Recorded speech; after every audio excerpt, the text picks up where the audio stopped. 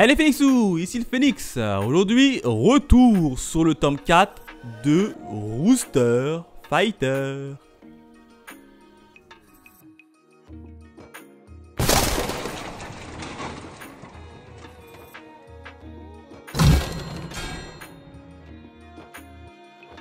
Comme d'habitude, retour sur la jaquette et les différents bonus avec la fameuse jaquette du tome 4 qui est magnifique, hein, puisqu'on a qui? On a Elisabeth et Keiji, hein, le couple parfait dans ce manga. Ah, pour moi, c'est le couple le plus badass. Hein. Quatrième de couverture, eh ben, on a Keiji face à un nouveau coq, nouvel individu, nouveau Nakama ou pas. Bref, j'y reviendrai dans la partie review.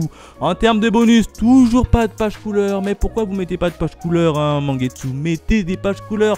Franchement, ça va donner un petit plus à la collection coq de baston. Et là, par contre, on a un petit bonus. Petit bonus à la fin du tome, comme d'habitude. Cette fois-ci, on a l'histoire d'Elisabeth. La petite Elisabeth qui est en train de rêver, évidemment. Je vous laisse le découvrir si vous achetez le manga. Donc voilà ce que je pouvais dire sur la partie jaquette et bonus. Quant à nous, on y va. On s'attaque directement à la partie review.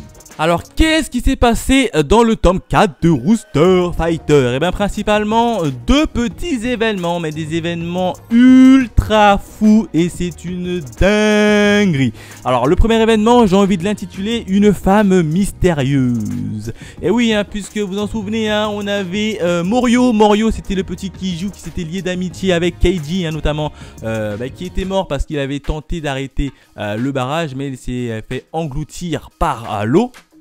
Et puis là, par la même occasion, devinez qu'est-ce qu'on voit? On voit Morio qui est vivant, il se relève et puis il dit au loin, et puis il salue au loin comme ça, ouais, salut, il salue Keiji et Elisabeth, et en disant ouais, je suis toujours vivant, merci pour tout, bref, il leur dit au revoir. Et puis là on dit, ben en fait Morio il est vivant. Alors déjà ça c'est une grande surprise, Morio il est vivant.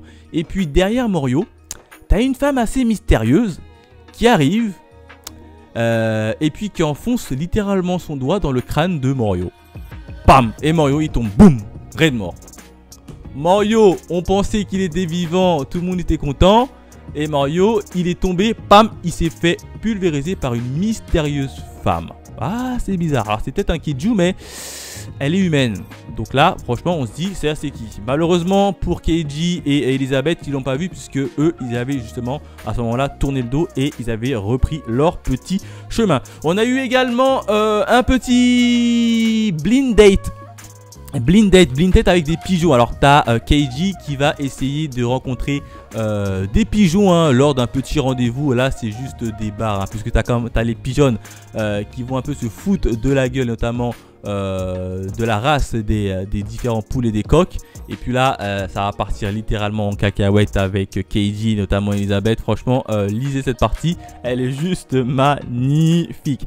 Dans le même temps, on a Elisabeth qui va s'entretenir avec Keiji. Elle va le dire, tiens c'est bizarre, ça fait maintenant quasiment pas mal de temps qu'on est ensemble, et Piccolo, Piyoko, la petite poussin jaune, elle n'a pas montré un seul signe de croissance.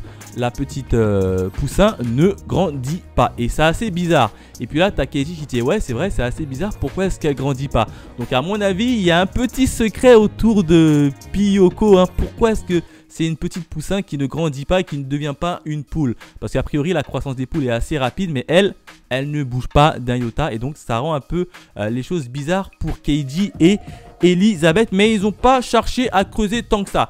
Parallèlement à ça, eh ben, on retrouve Piyoko qui sont sur un banc avec Keiji et Elisabeth.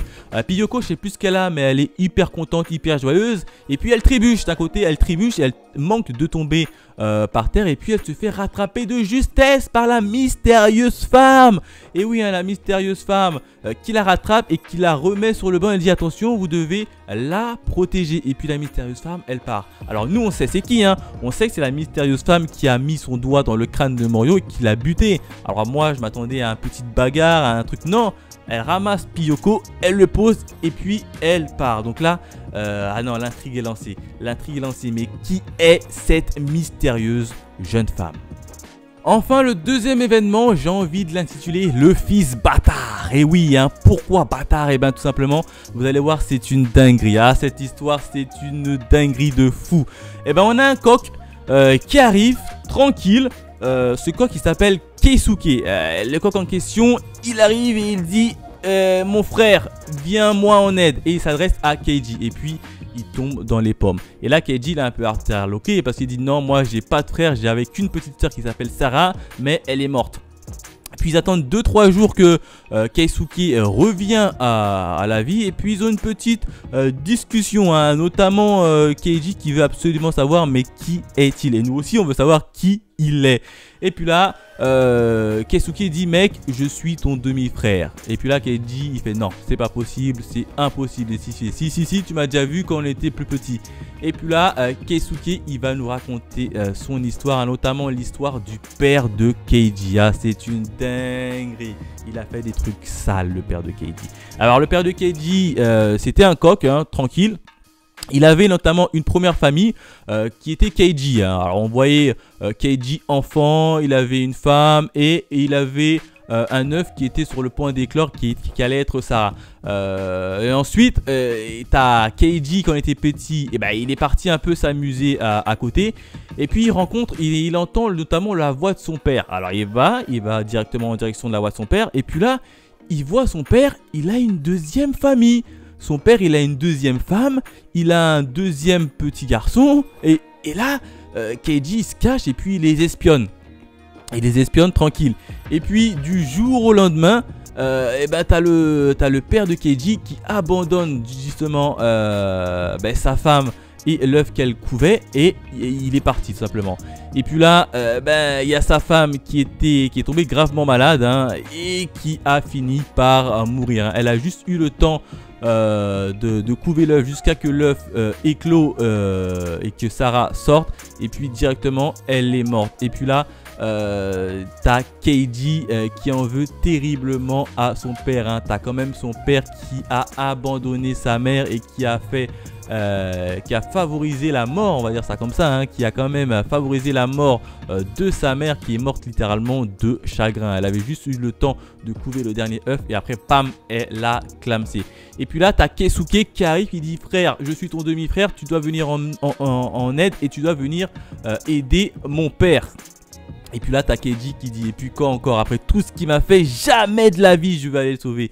Et c'est compréhensible, hein, c'est compréhensible. Après tout ce qu'il a fait, jamais de la vie il va aller le sauver. Puis t'as les deux là, t'as Keisuke et Keiji qui vont se battre, hein, ils vont se prendre le chignon, ils vont se battre. Et puis là, on va s'apercevoir que Keiji, en fait, c'est un badass. Le gars, c'est un badass, hein, il tient tête à Keiji et il le bat. Ah oui, non, il le foudroie. Et là, Keiji, il a un peu les boules et il part un peu... il part un peu isolé, hein. Il s'est dit merde, je me suis fait battre. Et puis là il y a beaucoup de choses qui cogitent dans sa tête. Est-ce que je dois aller aider mon père, hein? Mais après tout il a quand même laissé sa femme et ses enfants à l'abandon. En plus il entretient une deuxième famille. Donc tout se bouscule un peu dans la tête de Keisuke. Et puis là t'as dans la tête de plutôt Keiji. Et puis là t'as Keisuke qui va un peu revenir à la charge. Et puis t'as Elisabeth qui va dire attends, raconte-nous un peu plus ton histoire en détail. Et puis on va apprendre des choses de fou. Alors on va apprendre que en fait Keisuke il vient d'un clan qui s'appelle les Goshikidori, hein. C'est un clan de oiseaux barbus et qui a pour mission de tuer tous les Kiju. Voilà, c'est ça leur mission. Et là, t'as Keiji qui est un peu surpris. Il a dit tiens, mon père m'avait jamais raconté ça, comment ça se fait, etc. Et puis là, il va nous raconter qu'est-ce qui s'est passé avec notamment son père. Et ben, que Keisuke, il se promenait avec son père, hein, et puis ils ont vu un Kiji s'en prendre notamment à une humaine. Et puis il y a un humain qui est sorti de nulle part et qui a enfoncé son doigt dans le crâne du Kiju, et puis le Kiju il est tombé raide mort par terre. C'est un peu la même chose qu'on a vécu avec la femme mystérieuse. Et ben là ils ont justement suivi ce mystérieux humain et ça leur a emmené dans un petite usine désinfectée où ils sont stockés pas mal de Kiju, mais des Kiju qui sont un peu amorphes, hein. On dirait qu'ils sont un peu immobiles les Kiju, ils dorment debout. Et là, ils se sont posé plein de questions. Malheureusement, ils se sont fait choper par deux humains qui ont des pouvoirs assez bizarres. T'en as un qui a un flingue dans son bras et t'as l'autre qui est capable de planter son doigt dans ton crâne et te pulvériser. Et là, t'as le daron de Keiji qui s'est fait attraper. Et pendant ce temps-là, t'as Keisuke qui a réussi à s'échapper. Et justement, il est venu demander de l'aide à Keiji. Pourquoi? Tout simplement parce que son père lui avait dit quand il était plus petit qu'il a fait en fait un demi-frère. Et que ce demi-frère, il faudrait un jour que tu ailles le voir et que tu l'obliges à combattre avec toi. Donc voilà à peu près l'histoire de Keiji. Et puis là, t'as Keiji qui dit ouais, je m'en bats les couilles de mon frère, de mon père, il m'a abandonné, donc j'ai tant pis pour lui, etc. Et puis là, t'as Elisabeth qui lui montre une petite photo. Et puis sur la photo, on voit qui? On voit Morio. Morio, il est vivant. On voit Morio sur la photo qui est entreposé dans l'usine avec les Kiju qui sont un peu sans vie mais qui sont vivants.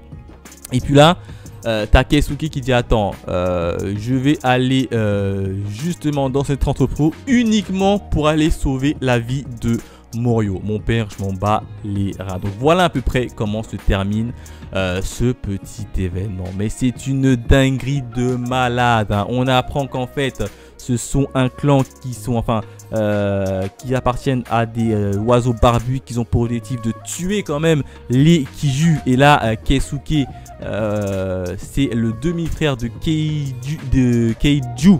Ah, de Keiji plutôt. Ah, je me mélange avec les prénoms. Mais c'est une dinguerie. En plus de ça, son père, il avait deux familles. Il a abandonné sa première famille pour aller avec la seconde. Et d'ailleurs, on ne sait pas ce qui est devenu la femme de la seconde famille. Pour l'instant, rien ne nous a été dit. Peut-être que Keiji a un autre demi-frère et qu'on le saura par la suite. Et ça, c'est une truc de fou. C'est un truc de fou. C'est pour ça que j'adore vraiment ce manga. Il y a des petites miettes comme ça qui nous sont distillées. C'est juste magnifique. Voilà ce que je pouvais dire sur le tome 4 de Rooster Fighting. Mais si vous n'avez pas commencé ce titre là, allez-y, foncez. Franchement, il mérite tellement d'avoir une meilleure vue. Et je vous dis que si ce manga là il est fait en animé, ça va cartonner, mais un truc de malade. Bref, petite lecture très plaisant. On apprend des dingueries. Keiji a un frère qui s'appelle Keisuke, enfin un demi-frère. Oh là. Et en plus on en apprend un peu plus sur les fameux humains qui sont tout simplement des Kijin, des êtres un peu supérieurs qui ont une certaine mission, mais on nous a pas encore dit quoi. Et en plus de ça, Morio, notre cher Kiju, joueur de pachinko, est toujours vivant. Bref, pas mal de choses qui s'est passé. Si je veux mettre une petite note, je l'aurais mis la note de 5 sur 5. Voilà, n'hésitez pas à me laisser vos avis dans les commentaires, à liker, à partager si cela vous fait plaisir. Quant à nous, on se retrouve très vite pour de nouvelles aventures. Allez, bye mes phénix.